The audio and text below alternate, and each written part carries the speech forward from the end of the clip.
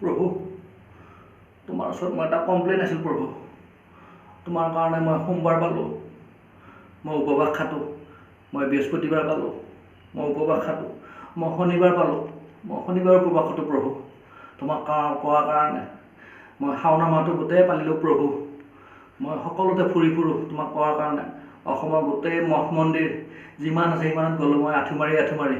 তথাপি প্ৰভু তোমাক মই লগ নাপাওঁ। কি কাৰণ প্ৰভু, তুমি মোক কথাটো কৈছোঁ। বৎস, তুমি মোক পালি আছা নহয়? তুমি সোমবাৰ পালি আছা, তুমি বৃহস্পতিবাৰ পালি আছা, তুমি শনিবাৰ পালি আছা, গোটেই মঠ মন্দিৰত তুমি যাই আছা ন? তুমি সেনেকৈ মোক নাপাবা। তুমি মোক বিচাৰিব হ'লে তুমি প্ৰথমতে তুমি নিজক তুমি শুদ্ধ কৰিব লাগিব। তোমাৰ মনটো পৰিষ্কাৰ কৰিব লাগিব। তুমি ভাল মানুহ হ'ব লাগিব। তুমি সকলোতে গাঁৱৰ গোটেই মানুহৰপৰা তুমি মাটিত দালাল কৰি আছা।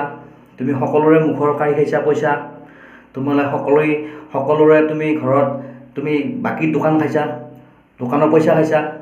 এইবিলাক তুমি কিয় কৰিছা? এইবিলাক লেতেৰা কাম কৰি তুমি মোক কোনোদিন নাপাবা। কোনোদিন তুমি উপবাস খাটিলে তুমি নাপাবা। তুমি কেৱল প্ৰথমতে ভাল মানুহ হ'ব লাগিব, ভাল পৰিষ্কাৰ অন্তৰ হ'ব লাগিব, কাৰো মুখৰ কাঢ়ি খাব নালাগিব। তেতিয়াহে তুমি মোক লগ পাবা, বুজিলা?